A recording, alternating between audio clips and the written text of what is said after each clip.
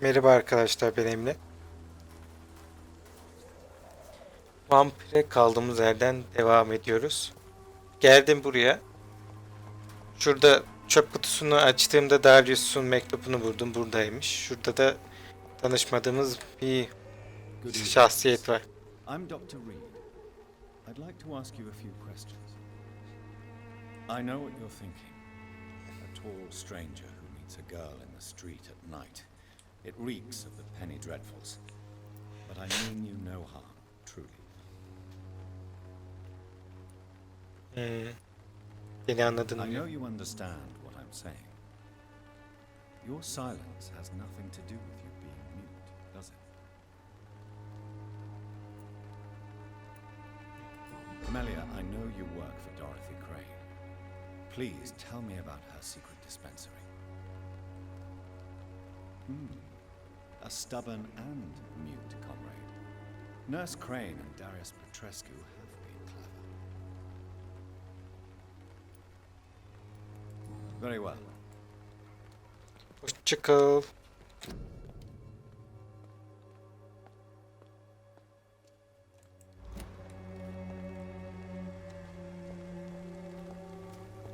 Çiçek buketi.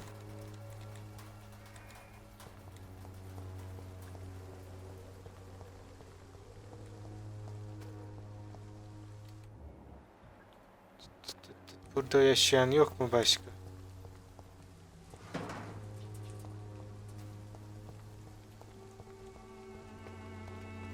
Bura açılmıyor.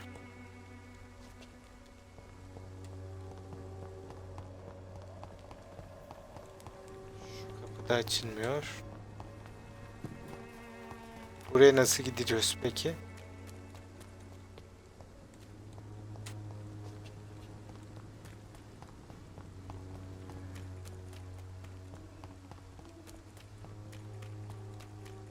Keşke bir rotasyon çizse.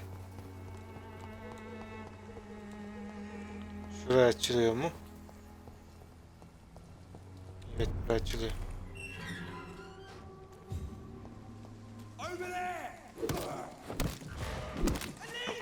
Seni bir ıstırayım.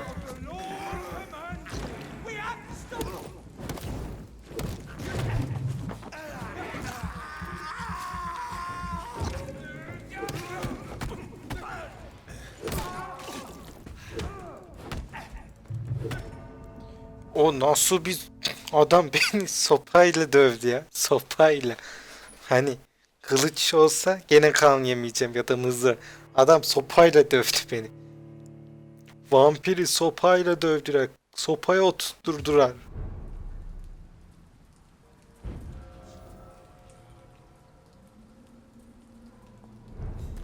Allah Allah Allah Allah Allah. Bir de ıstırarım şöyle.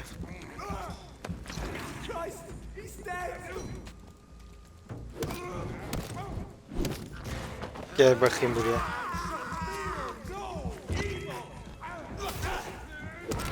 Tamam, bundan da kurtulduk.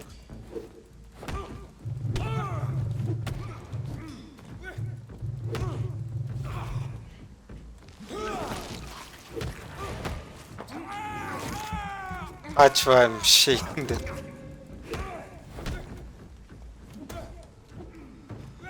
Baksana, combo yapıyor. Al sana combo.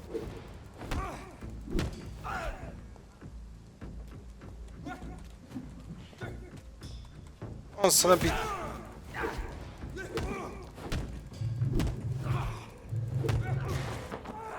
Şöyle ıstırak seni de. Adam 16. seviye. Yatar mısın aşağı? Teşekkür. This man stunned me with his faith. His crucifix. This is not good news. Şöyle biraz da canımızı toparlayak ya.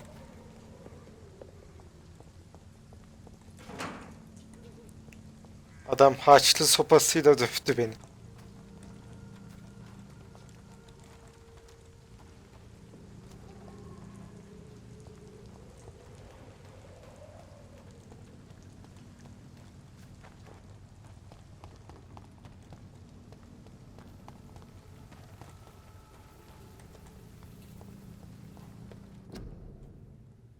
Karantina.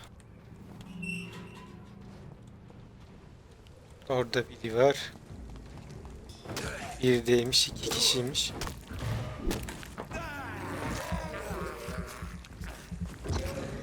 İyi bari zeki biri uzaklaştı ki.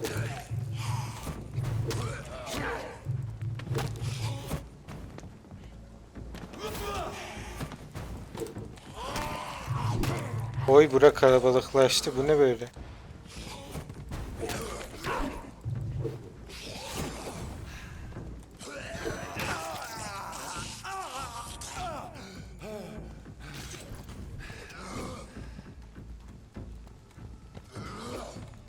Şöyle biraz daha canımız da olsun.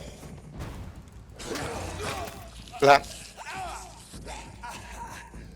Nasıl bir emcükleme şeyiniz var lan?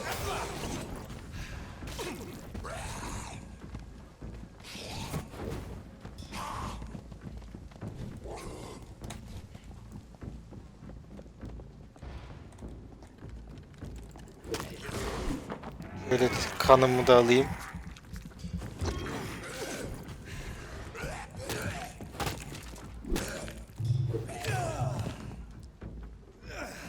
Adamlar bir koyuyor.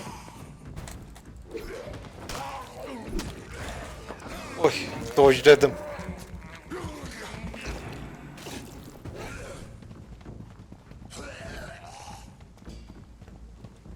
Dojlandınız.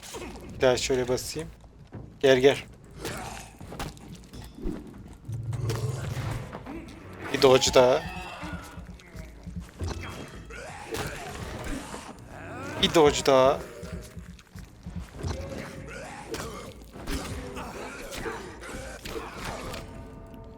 Lan nasıl öldüm? Bura çok yani 16. seviye yaratıklar olunca rahat dövemiyorsun.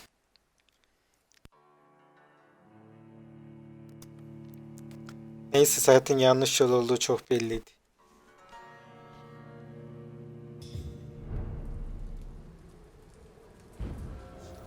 Seninle ilgilenmiyorum.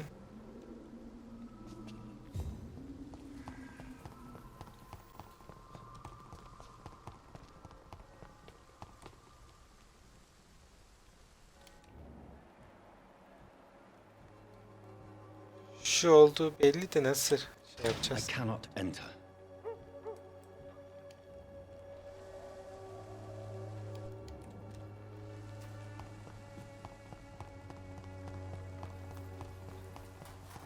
Diğer taraftan falan mı yapacağız ki?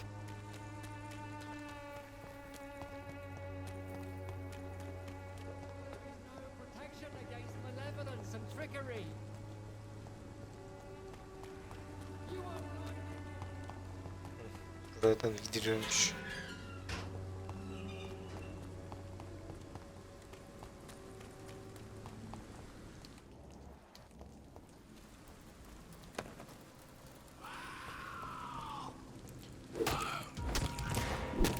Adam alın lan.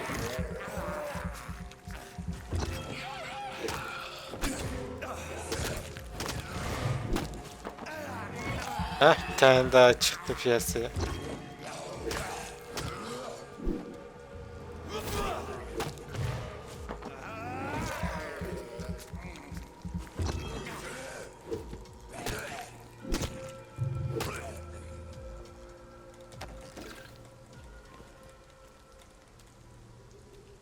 Tamam.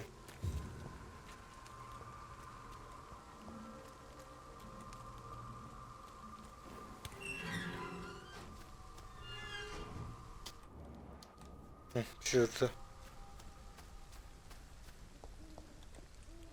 Good Tanışalım evening. seninle de. I'm Dr. Reed. I would like to ask you a few questions. Please be my guest. Although I may not be the best informant regarding this part of town, my words speak about that which the eyes cannot see. Really? Are you an artist of some kind? I'm a poet, sir. Richard Nethercott, at your service. May I ask what you're doing at this hour of night, sir? Do you live here? Not at all. I'm just enjoying the pleasure of a quiet walk. Though night talks are always preferable, if you ask me. Especially with strangers. Salgından Are you not korkmuyor mu? afraid of the epidemic? Oh, why should I? I see some equity in the Spanish flu. No flesh should be saved, say the scriptures. Good or evil, rich or poor, all are equal in the eyes of the flu. If you say so. But as a physician in a time of epidemic, I must caution you to avoid unnecessary exposure, sir. Thank you, Doctor. But we both know the seeker of truth has to go boldly where the weak dare not. Are you aware that your life could be in danger in this part of town? But this is where I must be to feel the real beat of the city. I had to come, see it for myself, alone. I understand your need for solitude, but it's not safe around here. I don't care. I don't have many friends, Doctor, and my family despises me. If some misfortune came upon you, who would be here to help you? Well, you for a start, my dear Doctor. Bu kafa What are yapısı your mükemmel. thoughts on the terrible situation in this city? Terrible, you say? No. Of course, the death of so many innocents is a tragedy. But the scourge has not been all bad for the city. Oh, no, sir. What are you talking about? Do you remember London before the flu? Noisy, cacophonic, quiet nowhere to be found. And now, listen to this oddly peaceful silence. Eşsiz bir bakış açısı cidden. Yes. The enjoyable silence of the grave. You have a unique perspective on the situation, I must admit. Most people fail to understand my perspective. I don't blame them. But how could I call myself a poet if I veiled my feelings? Şeyimizi de sorup bitirek. Kişisel bir şey sorabiliyoruz mu? Her şeyi sorabiliyoruz. Tell me, Mr. Nethercott, why seek inspiration in Whitechapel? The place is not beautiful per se, but how to explain it? Stirring and challenging. Örnekleri In var. what way exactly? The struggle by gaslight, the barren smiles and the added hunger under the rain. If you say so. Such vibrant antagonism and vivid paradox, the stripped humanity raged across each street. Vivid, of course, yes. And what about the poignant distress? Oh yes, the poignant distress. You see what I mean, don't you? That's what I want to write about, and that's what Whitechapel is made of. Do you not think it a little morbid? On the contrary, sir, Whitechapel is full of life, full of beauty. Just like my dear muse, the wonderful Camellia. What can you tell me about Camellia? Not much, and that's the beauty of it. She can't speak, you know. She's a locked mystery who exhales kindness and sweetness. Onu tanıyor musun? And have you ever tried to learn more about her? Where she lives, how she survives, whom she may know? Maybe I prefer she remains an enigma. Reality can be so dull, don't you think? Perhaps you're just afraid to find out the truth about your muse. One day, perhaps, I'll ask her to come with me. But will she still be my wild flower of Whitechapel if she moves uptown? Did you know the mute florist is a member of a secret society? No, I didn't. But I thank you for this information, sir. For it only enriches the mystery surrounding the precious Camellia. Merak etmiyor Are musun? you not curious? Is there not more you wish to know? That girl has not an ounce of malice in her. Whatever she may be hiding, it's certain to be for the benefit of most, if not all. I fear you are a hopeless romantic, Mr. Nethercott. Guilty as charged, Dr. Reed. Hadi şunu da May şöyle I ask gittik. you a few questions about the district? Extraordinary part of town, is it not? I'll be glad to help you, if I can. I'm looking for Dorothy Crane, a nurse who lives in this vicinity. Dorothy Crane. Oh, I love the name. The Crane of Whitechapel. Sounds very mysterious. But, sorry, no, never heard of her. What can you tell me about an old man called Darius? Darius Petrescu. Yes, I know him. At first, I thought he was only a small publisher. I invited him to publish my work, but his reaction was pretty clear. Not interested in your talent? Darius is an old political activist who takes delight in printing tracts and lampoons. Those communist activities only require mediocre writing skills. Tamam. Başka bir şey yok. Sorduk her şeyi. Evet. I'll leave you alone, sir. Darius is a bit less of a mystery now. It should not be that difficult to incite him to let me in.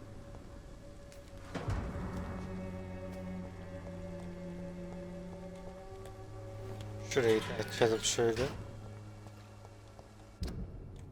Tamam, şeye doğru.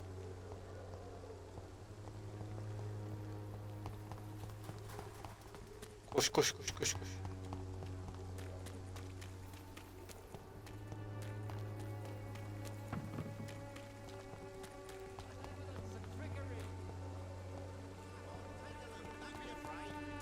Az kaldı, 40 metre, 30, 20, 10. Darius, ben geldim. Mr. Petrescu, just 1 minute, please. You again? Go away. Hadi erkek erkeğe konuşalım. Sir, wait. Stop this nonsense. I know Nurse Crane is here. Shall we speak man to man, you and I? All right. Speak up. Don't you see we're on the same side? We fight to help the poor, sick, and abandoned. I'm nothing like you, Mr. Doctor. Yes, you are. You too believe in providing medical care without charge. You know what we have to sacrifice to make the world a better place. I have to admit your words have conviction.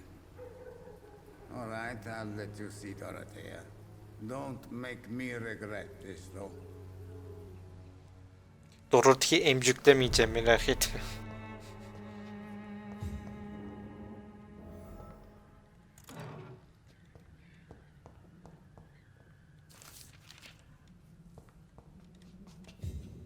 It's locked, all right.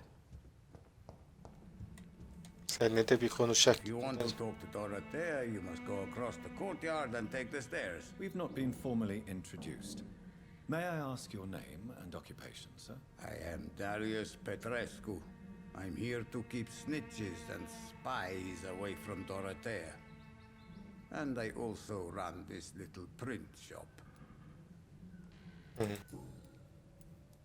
So Dorothy's real name is not Crane. Like myself and many people in this area, Dorothea is from occupied Romania. That's all you need to know. She seems important to the community. More than you can imagine. The West End does not want to hear of Whitechapel's misery. Dorothea is one of the few doing something about it. Tell me everything you know about Camellia, the mute florist. I do not believe in the afterlife, Doctor, but I'm almost convinced Camellia is an angel. She volunteered to give out our medical leaflets. Ona güvenen Are endişem. you not worried for her safety? She is as brave as she is tough, and clever too. If only I had met her when I was younger. Are you in love with Camellia, Mr. Petrescu? Don't be stupid.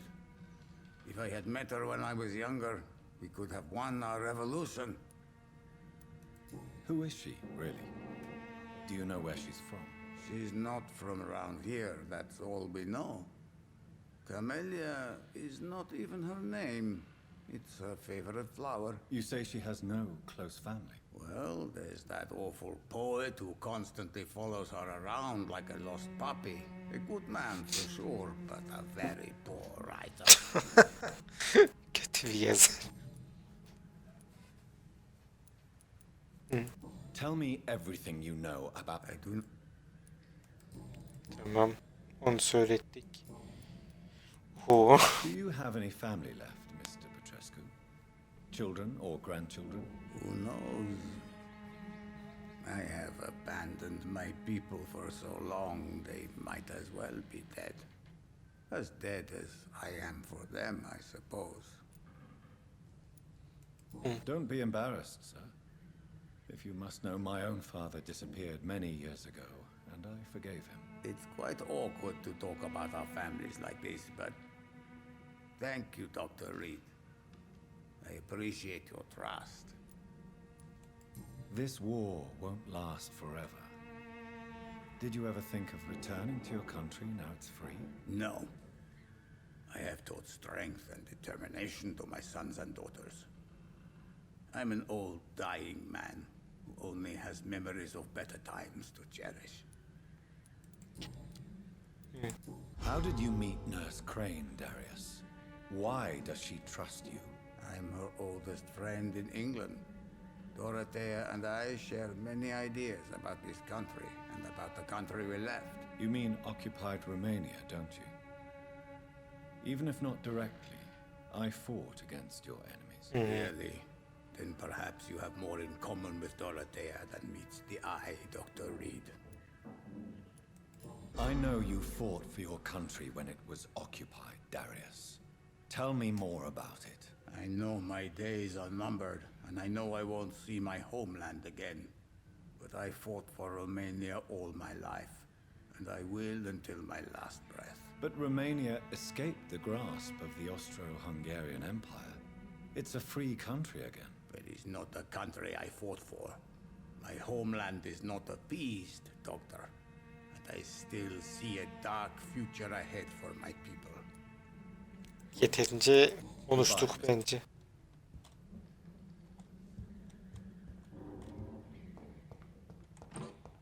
Parlayan şey benim ilgimi çekiyor.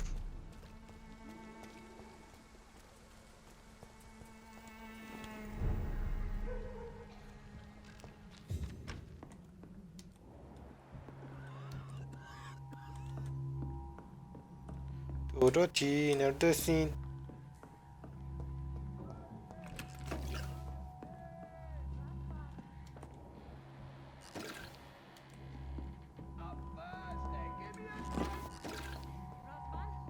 Can you hear my voice? I need help. What do we have here, nurse? Patient Razvan Vasily, high fever running on 3 days. Complaints of dizziness, muscle aches, and head pain, diagnosed with influenza. Treatment? Aspirin and salicin for the fever and discomfort, liquids for dehydration, but he's having trouble keeping even water down. Thank you, nurse. Anything else I should know? He did lose consciousness this morning, but he's never had convulsions like these. He's not convulsing, he's choking. He's not getting any air. Scalpel! Hand me that scalpel! What can I do, Doctor? I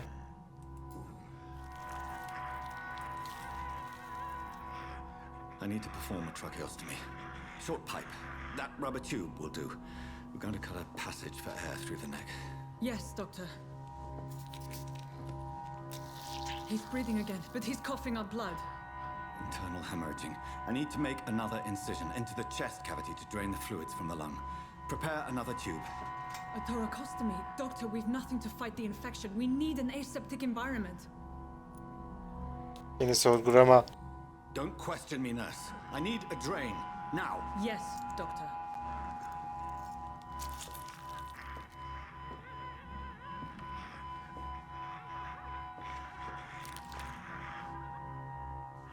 He's still bleeding, Doctor. I'm losing his pulse. The drain must have punctured the intercostal artery.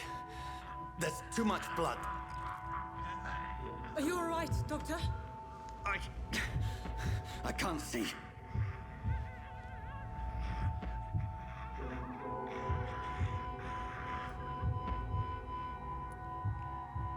Tabii. I must first suture the artery. Find the wound. The source of the blood. Needle and thread, Doctor. Good. The stitches are holding. How's he doing? We're losing him. We've lost his pulse. He's dying, Doctor.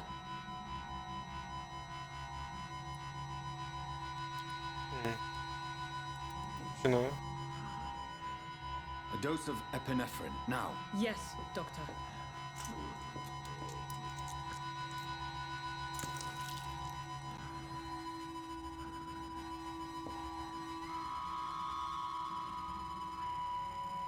Öldü mü? Öldü.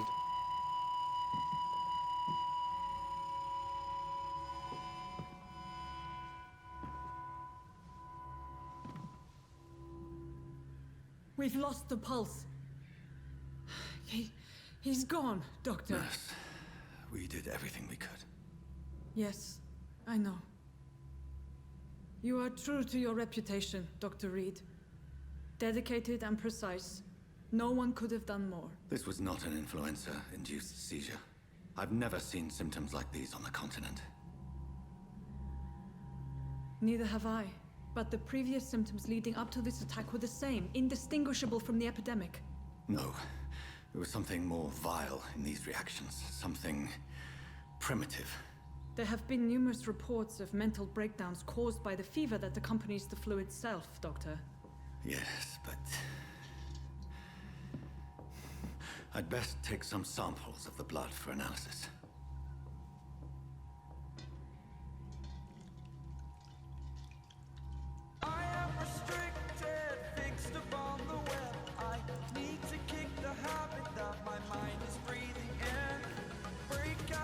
Acaba bunu kurtarabiliyor muyduk? My bedside manner.